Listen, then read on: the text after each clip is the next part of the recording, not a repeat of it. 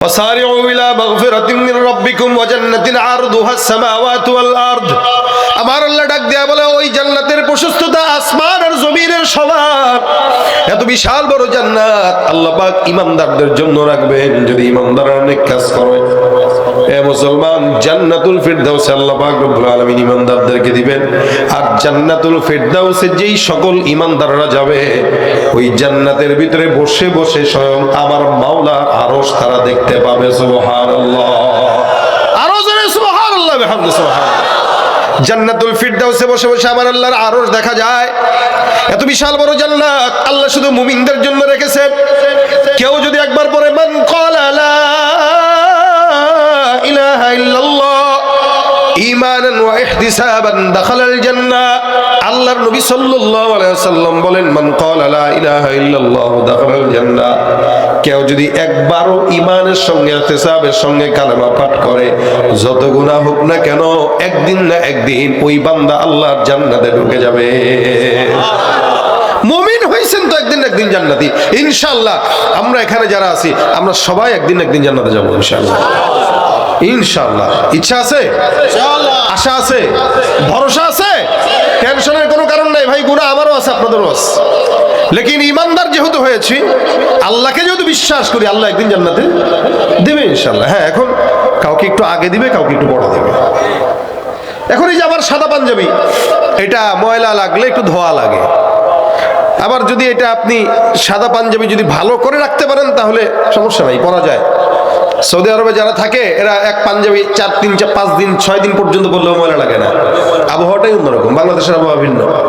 এখানে একদিনের বেশি পরা যায় না, ময়লা হয়ে যায়। এখন এই ময়লা পাঞ্জাবিটা বিবির কাছে দিলেন, দেওয়ার পরে বিবি কি করলো? আষাঢ় দিয়া ধুইলো। আপনার মায়া লাগলো যে এত দামি কাপড় এরকম আষাঢ় দিচ্ছে। এই আষাঢ় দিস না রে বিবি, গায়ে লাগে। দাম আছে পাঞ্জাবিটার, কত? 5,000 টাকা। আরে আল্লাহ। এখন বিবি মহব্বত কইরা পানির ভিতরে সুবাই রাইখা আদর করতেছে। এমনি থাক, মহব্বতের পাঞ্জাবি আদর টাদর করি। পরের দিন ইস্ত্রি করতে যায়, দেখেন এখানে দাগ, এখানে দাগ, ওখানে ময়লা। হ্যাঁ, কি ব্যাপার? গতকাল তোমাকে ধোয়ার জন্য দিলাম, ধো নাই কেন? ধুইছি না। কই ধুইলা? শুকাইছে তো। ময়লা যে দূর হইল না। আপনি পিটানোর সময় বলতেছেন না পিটায় ধুইতে, তো না পিটায় ধুইলে কি আর পরিষ্কার হয়? ওয়াশিং মেশিনে দিলেও তো এটা ঘুরায়, এমনি ঘুরায় না, ঘুরাইলে কি পরিষ্কার হবে? তা আমরা ইমানদার, আমাদের এই সাদা ইমানে অনেক সময় একটু গুনাহের আচর লাগে, দাগ লাগে। আল্লাহ পাক যদিও সাময়িক সময় জাহান্নামে একটু দিবে, হয়তো ওটা আল্লাহ পাকের যদি মন চায় আল্লাহ দিবে। কি বলেন? আল্লাহ পাককে আমাদেরকে মেরে আমাদেরকে আযাব দিয়ে আল্লাহর খুব ভালো লাগবে? আমার তো দিন বলে আল্লাহ পাক আমাদেরকে মাফ করবে ইনশাআল্লাহ। তাই বলে কি গুনাহ করবেন? ইচ্ছাকৃত গুনাহ করা কুফরির আলামত। অনিচ্ছা হয়ে গেলে সেটা ভিন্ন বিষয়।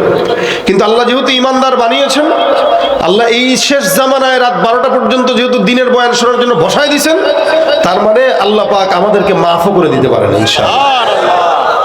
তাহলে আল্লাহ আমাদেরকে বসাইতেন না ভাই। কত মানুষ দেখেন না রাস্তায় ঘুরতেছে, গান শুনতেছে, হাঁটতেছে আর করতেছে, কাম নাই, খালি ওয়াজ করে। এত ওয়াজ করে কি হয়েছে দেশে? কেউ কি নামাজি হয়েছে? আছে না অনেকে এমনি বলে। ভাই ওর কথাও বলতেছে, কিন্তু আপনি আমি বসে গেছি। তা আল্লাহ যদি দয়া না করতো এখানে বসাইতেন না তো। আর যেহেতু দয়া করছেন তার মানে মাফ করে দেবেন ইনশাআল্লাহ। এখন আল্লাহ পাক হয়তো আমাদের এই শরীরের অঙ্গ প্রত্যঙ্গের কিছু কালো দাগ গুনাহের, এটা দূর করার জন্য সাময়িক সময় দিবেন, কিন্তু দূর করার পরে আবার সোজা ঠেলা জান্নাত দিয়ে দিবেন। সুবহানাল্লাহ। বারাকাতুহু। ইন্নাল হামদুলিল্লাহ الحمد لله علي الذات عظيم الصفات سميع السمات كبير الشان جليل القدر رفيع الذكر مطاع الأمر جلي البرهان فخيم الاسم عزيز العلم وسيع الحلم كثير الغفران ونشهد أن لا إله إلا الله وحده لا شريك له ونشهد أن سيدنا وسندنا وحبيب ربنا ومولانا محمدا عبده ورسوله সাল্লাল্লাহু আলাইহি ওয়া আলা আলিহি ওয়া আসহাবিহি ওয়া বারাকা ওয়া সাল্লাম وبارك وسلم تسليما كثيرا كثيرا أما بعد فأعوذ بالله من الشيطان الرجيم بسم الله الرحمن الرحيم إن الذين آمنوا وعملوا الصالحات كانت لهم جنات الفردوس نزلا صدق الله مولانا العظيم صدق رسوله النبي الكريم وقال النبي صلى الله عليه وسلم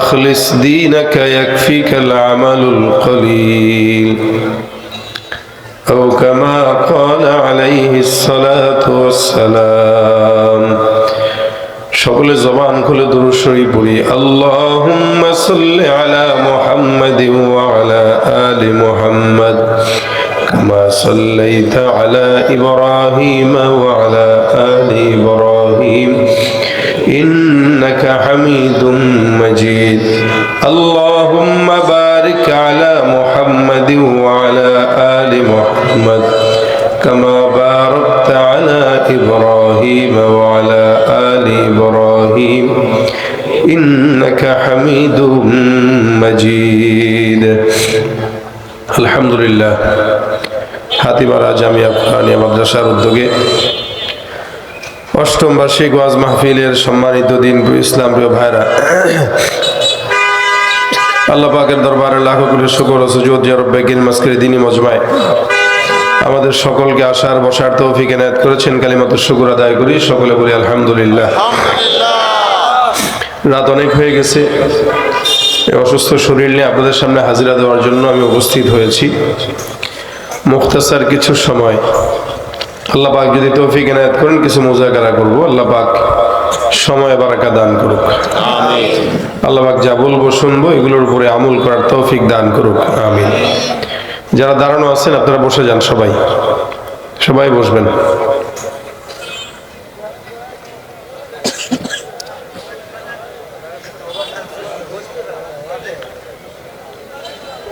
এত দেরি লাগে কেন বসতে ভাই?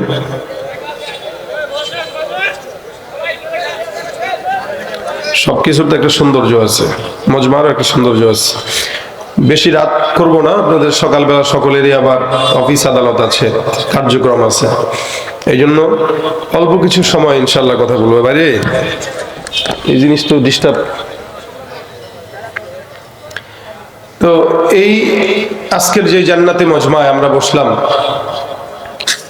রাসূল করিম সাল্লাল্লাহু আলাইহি ওয়াসাল্লাম বলেন, দুনিয়ার কোন মজমায় যখন কোরআন সুন্নাহর মুযাকারা হয়, আল্লাহ পাক রব্বুল আলামিন ওই জায়গায় আসমান থেকে আল্লাহ পাকের বিশেষ রহমত নাযিল করেন। সুবহানাল্লাহ।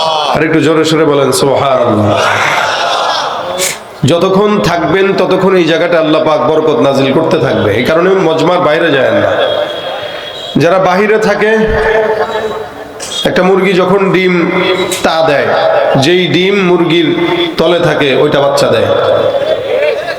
এমনি ডিম তো বাইরে পড়েই থাকে, ওগুলা ফালায় রাখলে পচে। আর যখন ওইটা মুরগির নিচে বসে যায় তখন ওইটা বাচ্চাও দিয়ে দেয়।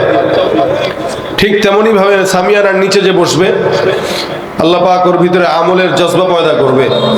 আর যারা সামিয়ানার বাইরে থাকবে এরা মাহরুম হবে, বরকতহীন হবে।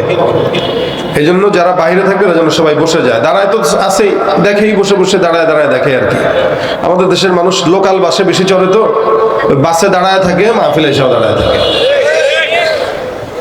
এই জন্য শেষ পর্যন্ত আওয়াজ দিতে হবে সিংহের মতো। পারবেন? সামনে থেকে, বামে থেকে, ডানে থেকে, বায়ে থেকে সবাই মিলে আওয়াজ দিয়া লিল্লাহে তাকবীর।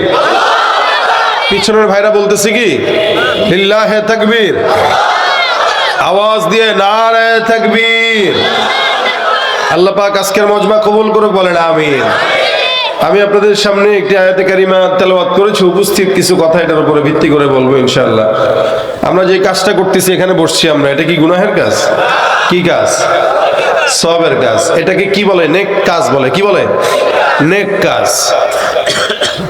যারা মাহফিলে আসার সময় নিজের বন্ধুকে ডেকে নিয়ে আসছে, ওটাও নেক কাজ করছে।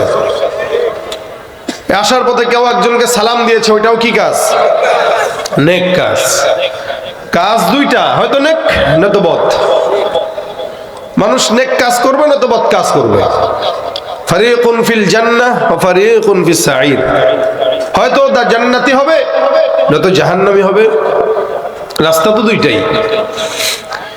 এখন আল্লাহ পাক রব্বুল আলামিন ওয়াদা করলেন, কোন ঈমানদার মুমিন যদি আল্লাহ পাক রব্বুল আলামিনের দুনিয়ায় নেক কাজ করে যায়, তাহলে আল্লাহ পাক রব্বুল আলামিন দুনিয়ার থেকে যাওয়ার পরে তার জন্য সর্বোচ্চ জান্নাত জান্নাতুল ফিরদাউস রাখছেন। হুজুরে জান্নাতের কথা আলোচনা করে গেছেন 10টা। কয়টা? 10টা। একটা ঈমানদারকে মিনিমাম 10টা জান্নাত আল্লাহ দান করবেন, বা 10 দুনিয়ার সমান জান্নাত দান করবেন।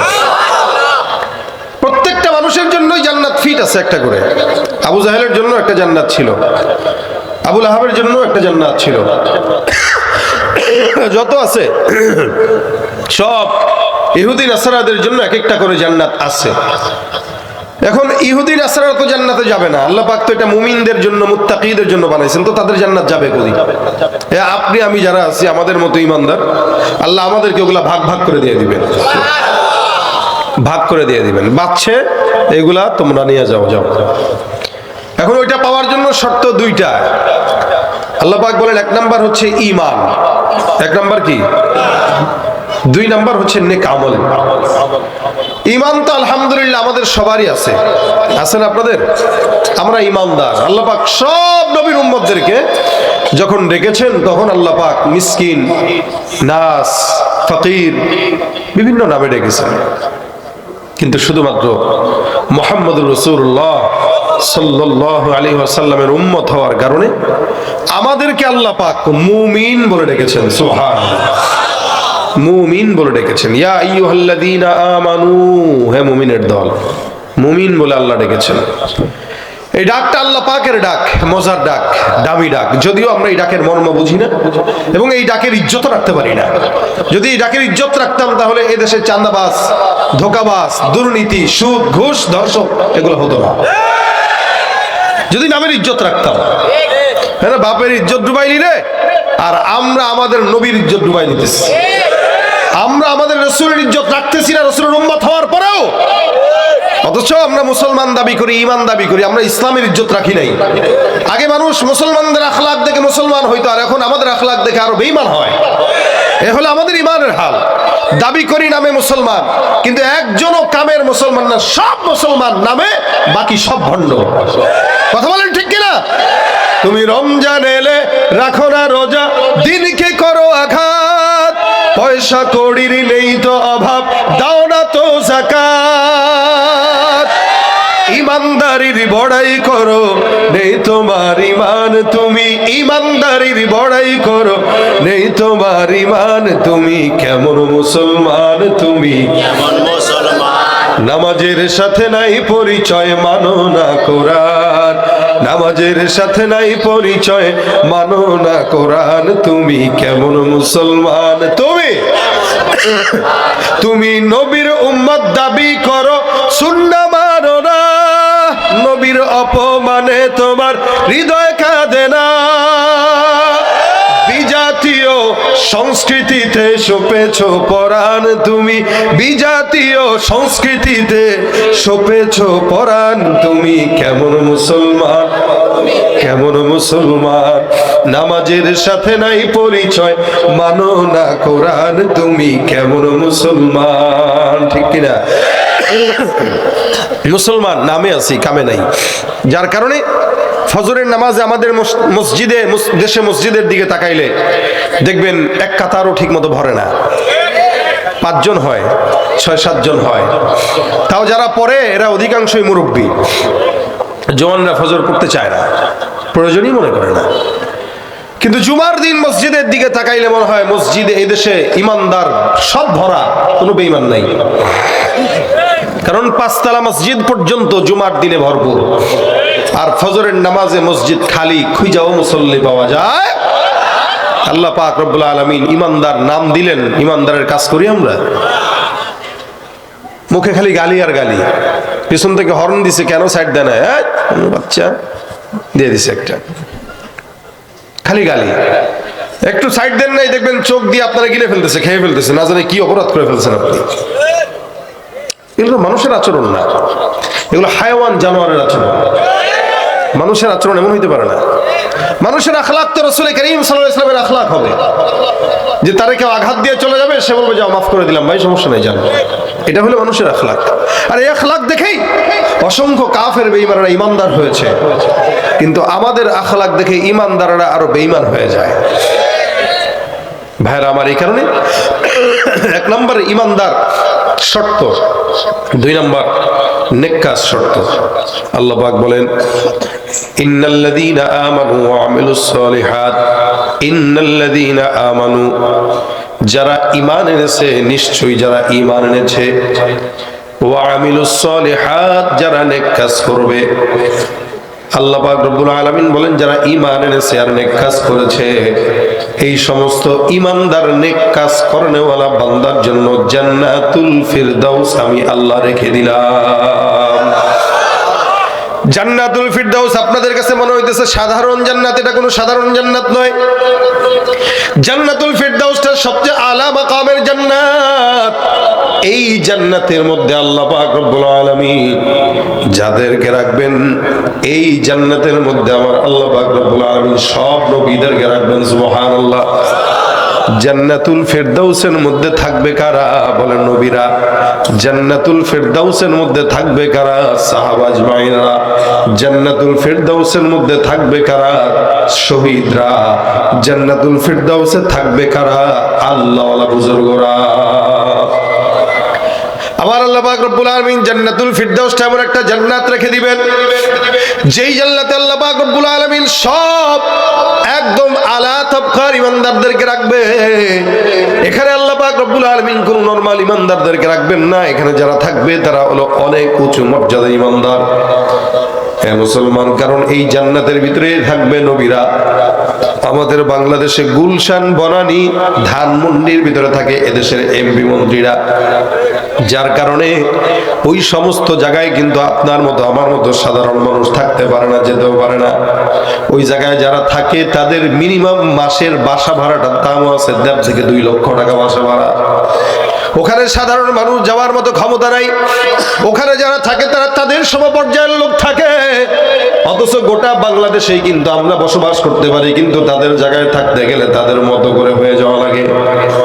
জান্নাত সব ইমানদারদেরকে আল্লাহ পাক রব্বুল আলামিন দান করবে, কিন্তু জান্নাতুল ফিরদাউসে যারা থাকবে তারা হলো নবী, শহীদ, সাহাবী, সালেহিনদের সমপর্যায়ে যারা, অর্থাৎ তাদেরকে যারা মহব্বত করত, ভালোবাসত, তাদের পথে চলতো, ওই বান্দাদেরকে আল্লাহ পাক এই সকল নবী সাহাবীদের সঙ্গে জান্নাতুল ফিরদাউস দান করবে। আজকে দুনিয়াতে যারা বিশাল কোটি কোটি টাকা কামায় ধানমন্ডি, গুলশানে থাকে, আল্লাহু আলাম তারা কতটুকু জান্নাতুল ফিরদাউস পাবে সেটা আল্লাহ জানে আর তারা জানে। কিন্তু ইনশাআল্লাহ যারা গার্মেন্টসে চাকরি করে কিন্তু ইমানদার, আল্লাহ নবী বলেন কোনো টেনশনের কারণ নাই। গুলশানে থাকতে পারো নাই, আফসোস নাই। বনানীতে ফ্ল্যাট কিনতে পারো নাই, কোনো আফসোস নাই। তুমি গরিব হওয়ার কারণে আমার আল্লাহ তোমাকে ধনী ব্যক্তিদের 500 বছর আগে জান্নাত দিয়ে দিবে। এটা আল্লাহ পাক রব্বুল আলামিনের ওয়াদা। আল্লাহ পাক গরিবদেরকে ধনীদের আগে আগে জান্নাত দান করবেন। এইজন্য আল্লাহ পাক বলেন ইমানদার তোমরা আল্লাহ পাক রব্বুল আলামিনের প্রতি ঈমান নিয়ে আসো আর নেক কাজ করো। আরেক জায়গায় আল্লাহ পাক ডাক দেয়া বলেন ওয়াসারিউ ইলা মাগফিরাতিন মির রাব্বিকুম ওয়া জান্নাতিন আরদুহাস সামাওয়াতু ওয়াল আরদ উইদ্দাত লিল মুত্তাকিন। আল্লাহ পাক রব্বুল আলামিন বলেন তোমরা মুমিনরা যারা আছো, ইমানদাররা যারা আছো, তোমরা তোমাদের রবের দয়ার পিছনে দৌড়াও। রবের দয়ার পিছনে যদি দৌড়াও, আল্লাহ পাক রব্বুল আলামিন তোমাদের দৌড়ানির কারণে তোমাদেরকে আল্লাহর জান্নাত পর্যন্ত নিয়ে যাবে। আর এমন জান্নাতের পিছনে দৌড়াইবা যেই জান্নাতের প্রশস্ততা হলো আসমান আর জমিনের সমান। وسارعوا إلى مغفرة من ربكم وجنة عرضها السماوات والأرض। আমার আল্লাহ ডাক দেয়া বলে ওই জান্নাতের প্রশস্ততা আসমান আর জমিনের সমান। এত বিশাল বড় জান্নাত আল্লাহ পাক ইমানদারদের জন্য রাখবেন যদি ইমানদাররা অনেক কাজ করে। এ মুসলমান, জান্নাতুল ফিরদাউস আল্লাহ পাক রব্বুল আলামিন ইমানদারদেরকে দিবেন। আর জান্নাতুল ফিরদাউসে যেই সকল ইমানদাররা যাবে, ওই জান্নাতের ভিতরে বসে বসে স্বয়ং আমার মাওলার আরশ তারা দেখতে পাবে। সুবহানাল্লাহ, আরো জোরে সুবহানাল্লাহ, বিহামদি সুবহানাল্লাহ। জান্নাতুল ফিরদাউসে বসে বসে আমার আল্লাহর আরশ দেখা যায়। এত বিশাল বড় জান্নাত আল্লাহ শুধু মুমিনদের জন্য রেখেছেন। কেউ যদি একবার পরে মান ক্বালা লা ইলাহা ইল্লাল্লাহ ঈমানান ওয়া ইহতিসাবান দাখালাল জান্নাহ। আল্লাহর নবী সাল্লাল্লাহু আলাইহি ওয়াসাল্লাম বলেন, মান ক্বালা লা ইলাহা ইল্লাল্লাহ দাখালাল জান্নাহ। কেউ যদি একবারও ঈমানের সঙ্গে ইহতিসাবের সঙ্গে কালেমা পাঠ করে, যত গুনাহ হোক না কেন, একদিন না একদিন ওই বান্দা আল্লাহর জান্নাতে ঢুকে যাবে। মুমিন হইছেন তো একদিন না একদিন জান্নাতি ইনশাআল্লাহ। আমরা এখানে যারা আছি আমরা সবাই একদিন না একদিন জান্নাতে যাব ইনশাআল্লাহ। ইনশাআল্লাহ। ইচ্ছা আছে, আশা আছে, ভরসা আছে, টেনশনের কোনো কারণ নাই ভাই। গুনাহ আমারও আছে, আপনাদেরও আছে, লেকিন ইমানদার যেহেতু হয়েছি, আল্লাহকে যেহেতু বিশ্বাস করি, আল্লাহ একদিন জান্নাতে দেবে ইনশাআল্লাহ। হ্যাঁ, এখন কাউকে একটু আগে দিবে, কাউকে একটু পরে দিবে। এখন এই যে আমার সাদা পাঞ্জাবি, এটা ময়লা লাগলে একটু ধোয়া লাগে। আবার যদি এটা আপনি সাদা পাঞ্জাবি যদি ভালো করে রাখতে পারেন তাহলে সমস্যা নাই, পরা যায়। সৌদি আরবে যারা থাকে এরা এক পাঞ্জাবি 4 দিন 5 দিন 6 দিন পর্যন্ত পরলেও ময়লা লাগে না। আবহাওয়াটাই অন্যরকম, বাংলাদেশের আবহাওয়া ভিন্ন। এখানে একদিনের বেশি পরা যায় না, ময়লা হয়ে যায়। এখন এই ময়লা পাঞ্জাবিটা বিবির কাছে দিলেন, দেওয়ার পরে বিবি কি করলো? আষাঢ় দিয়া দিয়া ধুইলো। আপনার মায়া লাগলো যে এত দামি কাপড় এরকম আষাঢ় দিচ্ছে। এই আষাঢ় দিস না রে বিবি, গায়ে লাগে। দাম আছে পাঞ্জাবিটার, কত? 5,000 টাকা। আরে আল্লাহ। এখন বিবি মহব্বত কইরা পানির ভিতরে সুবাই রাইখা আদর করতেছে। এমনি থাক, মহব্বতের পাঞ্জাবি, আদর টাদর করি। পরের দিন ইস্ত্রি করতে যায়, দেখেন এখানে দাগ, এখানে দাগ, ওখানে ময়লা। হ্যাঁ, কি ব্যাপার? গতকাল তোমাকে ধোয়ার জন্য দিলাম, ধো নাই কেন? ধুইছি না। কই ধুইলা? শুকাইছে তো। ময়লা যে দূর হইল না। আপনি পিটানোর সময় বলতেছেন না পিটায় ধুইতে, তো না পিটায় ধুইলে কি আর পরিষ্কার হয়? ওয়াশিং মেশিনে দিলেও তো এটা ঘুরায়, এমনি ঘুরায় না, ঘুরাইলে কি পরিষ্কার হবে? তা আমরা ইমানদার, আমাদের এই সাদা ইমানে অনেক সময় একটু গুনাহের আচর লাগে, দাগ লাগে। আল্লাহ পাক যদিও সাময়িক সময় জাহান্নামে একটু দিবে, হয়তো ওটা আল্লাহ পাকের যদি মন চায় আল্লাহ দিবে। কি বলেন? আল্লাহ পাককে আমাদেরকে মেরে আমাদেরকে আযাব দিয়ে আল্লাহর খুব ভালো লাগবে? আমার তো দিল বলে আল্লাহ পাক আমাদেরকে মাফ করবে ইনশাআল্লাহ। তাই বলে কি গুনাহ করবেন? ইচ্ছাকৃত গুনাহ করা কুফরির আলামত। অনিচ্ছা হয়ে গেলে সেটা ভিন্ন বিষয়। কিন্তু আল্লাহ যেহেতু ইমানদার বানিয়েছেন, আল্লাহ এই শেষ জামানায় রাত 12টা পর্যন্ত যেহেতু দিনের বয়ান শোনার জন্য বসায় দিয়েছেন, তার মানে আল্লাহ পাক আমাদেরকে মাফও করে দিতে পারেন ইনশাআল্লাহ। তাহলে আল্লাহ আমাদেরকে বসাইতেন না ভাই। কত মানুষ দেখেন না রাস্তায় ঘুরতেছে, গান শুনতেছে, হাঁটতেছে, আর করতেছে, কাম নাই, খালি ওয়াজ করে। এত ওয়াজ করে কি হয়েছে দেশে? কেউ কি নামাজি হয়েছে? আছে না অনেকে এমনি বলে। ভাই ওর কথাও বলতেছে, কিন্তু আপনি আমি বসে গেছি। তা আল্লাহ যদি দয়া না করতো এখানে বসাইতেন না তো। আর যেহেতু দয়া করছেন তার মানে মাফ করে দেবেন ইনশাআল্লাহ। এখন আল্লাহ পাক হয়তো আমাদের এই শরীরের অঙ্গ প্রত্যঙ্গের কিছু কালো দাগ গুনাহের, এটা দূর করার জন্য সাময়িক সময় দিবেন, কিন্তু দূর করার পরে আবার সোজা ঠেলা জান্নাত দিয়ে দিবেন। সুবহানাল্লাহ। জাহান্নামের ভিতরে বৈশা বৈশা মাওলারে ডাকবে, মাওলার প্রেমে কানবে, কান্নাকাটি করবে, জান্নাতে যাওয়ার বায়না করবে। আমার আল্লাহ ডাক দিয়া বলবে, জিবরাইল, এ ফেরেশতারা, কোন বান্দা জাহান্নামের ভিতর থেকে আমি আল্লাহকে ডাক দেয়? আল্লাহ পাক রব্বুল আলামিনের ফেরেশতা বলবে, মালিক, ওই যে বান্দাটা জাহান্নামের ভিতরে বসে বসে তোমরা ডাকে। আমার আল্লাহ বলবেন, বান্দা কি চায়? আল্লাহর ফেরেশতারা বান্দাকে আল্লাহকে ডাক দেয়া বলবে, মালিক এই বান্দাটা জাহান্নামের দিকে যেহেতু আছে, বান্দা চায়, বান্দা ওই জায়গায় বসে বসে ওই যে একটা গাছ দেখতেছে। আমার আল্লাহ পাক রব্বুল আলামিনকে বান্দা বলবে, মালিক ওই যে জাহান্নামের দরজার কিনারে একটা গাছ দেখা যায়, হে আল্লাহ জাহান্নামের ভিতরে আমারে পুড়াইতে পুড়াইতে পুড়াইতে পুড়াইতে আমার চেহারা ঝলসায় দিছে, আমার সবকিছু পুড়াই দিছে। হে আল্লাহ ওই যে গাছ দেখা যায়, দয়া করে তুমি আমার মতো নাখান্দা বান্দাকে এখান থেকে উঠাইয়া জাহান্নামের দরজার কিনারায় গাছে একটু নিয়ে রেখে দাও। আমার আল্লাহ ডাক দেয়া বলবে, ঠিক আছে তোমার আবদার পূরণ হবে, তবে ওয়াদা করবা তুমি যে আবদারটা করছো ওখান থেকে সরায় ওই গাছের কিনারায় নেওয়া লাগবে। তুমি বলো, এরপরে আর তুমি আমার কাছে কোনো আবদার করবা না। আল্লাহর বান্দা ডাক দেয়া বলবে, মালিক এটার পরে আমি তোমার কাছে আর কোনো আবদার করব না, এটাই আমার আবদার। বান্দা মনে করবে এখান থেকে ওই গাছের কিনারায় গেলে মনে হয় শান্তি লাগবে, এটাই মনে হয় সর্বোচ্চ শান্তি। জাহান্নামের কিনারায়, দরজার কিনারায় এই আল্লাহর বান্দাটা যায় যখন দেখবে এই গাছের নিচে আল্লাহ পাক রব্বুল আলামিন বান্দাকে বসায় দিবে। এবার বান্দা চুপচাপ জাহান্নামের ওই দরজার কিনারায় যে গাছটা আছে, এই গাছের কিনারায় বসে বসে আবার কিছুদিন পর মাওলারে ডাকবে। আল্লাহ পাক রব্বুল আলামিন ওই বান্দাকে বারবার যখন আল্লাহ ডাকবে, আল্লাহকে ডাকবে, আল্লাহ পাক ডাক দিয়া বলবেন, হে বান্দা এতদিন পর্যন্ত তুই আমার সঙ্গে ওয়াদা করলি আর তুই আমার কোনোদিন ডাকবি না, কিন্তু এখন আবার বান্দা তুই আমি আল্লাহকে কেন ডাক দিস বল? বান্দা বলবে, আল্লাহ তুমি আমাকে যেই গাছের কিনারায় বসাইছো এখান থেকে ওই একটু বাহিরে গেলে আরেকটা গাছ দেখা যায়, জাহান্নামের দরজার বাইরে আরেকটা গাছ আছে। আল্লাহ তুমি আমাকে যাই করো না করো মালিক, এই যে জাহান্নামের বাহিরে একটা গাছ দেখা যায়, আল্লাহ এই এরিয়ার বাহিরের গাছটার নিচে আমাকে আমার শেষ আবদার পূরণের জন্য সেখানে একটু জায়গা দিয়ে দাও। এখান থেকে আল্লাহ পাক তাকে আবার উঠাবে, বলবে, এই ওয়াদা কর, এটার পরে তুই আমার কাছে আর কোনো কিছু চাবি না। বান্দা বলবে, আল্লাহ আমি তোমার জাতের কসম খায় ওয়াদা করলাম, তুমি খালি আমাদের এখান থেকে একটু বাইর করো, আমি আর জিন্দেগিতে তোমার কাছে কিছু চাবো না। বান্দার কথা হইলো যে আমি এখান থেকে নাজাত পাই, পরেরটা পরের হিসাব। আমার চেহারা ঝলসায় দিচ্ছে, আমার সব বরবাদ করে দিচ্ছে, কত বছর আর এখানে থাকবো?